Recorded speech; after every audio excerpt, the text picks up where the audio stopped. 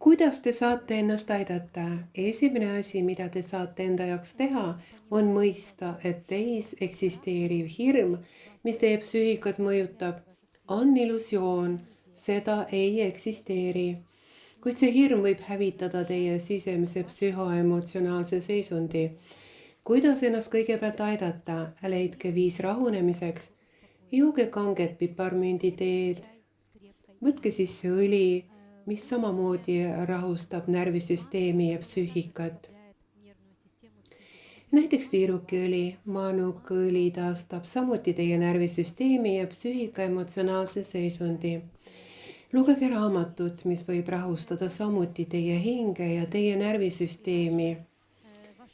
Kallid sõbrad, kui teie elus tekivad raskused ja komplikatsioonid, sealhulgas paanikahood, on kõige olulisem mitte kaotada ennast ja mitte paanikasse sattuda.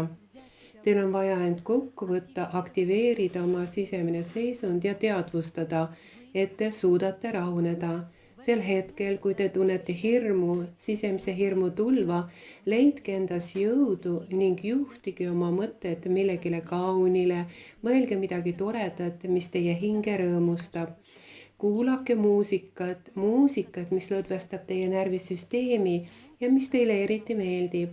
Lugege luulet, vaadake mõnda dokumentaalfilmi või filmi, mis võib samuti luua teile teatud seisundi.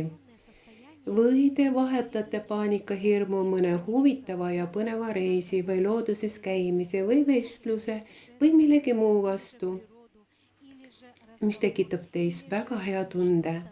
See ongi teie esimene ravi.